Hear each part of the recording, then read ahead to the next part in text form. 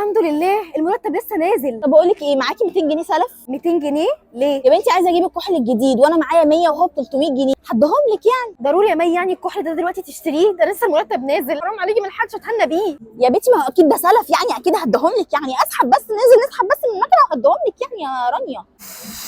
ماشي اتفضلي. ايه ده، وانت رايحه تجيبي حاجات من السوبر ماركت ولا ايه؟ اه رايحه اجيب بسكوت كده وحاجات. طب اقول لك ايه، ما تجيبي لي معاكي حاجات برضو بالمره، ويعني لما ترجعي هبقى حاسبك، انت عارفه ان انا مش معايا كاش.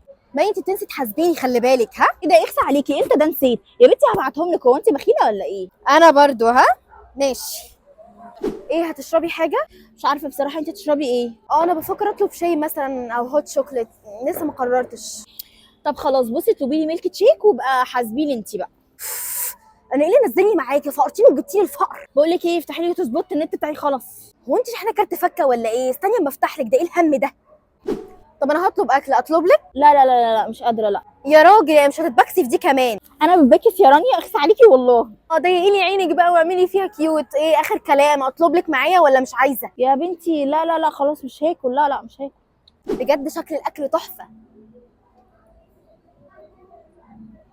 ثواني، هي دي فطيره قشطه صدق بسطرمه وش بيتزا برو ماكس اللي من عم شلتت؟ ايوه، ودي فطيره راس البر الدمياطي محشيه كاسترد وسكر بودره وشربات ومربى فراوله. وما قلتيش ليه يا رانيا انك هتطلبي من عم شلتت؟ انا سالتك يا بنتي قلتي مش عايزه تاكلي. بصي اصل ده عم شلتت يعني مش هقدر اقاومه، فانا هاخد دول واطلبي لك انت بقى 2 تانيين يعني، بصي هبقى احاسبك عليهم والله ما تقلقيش.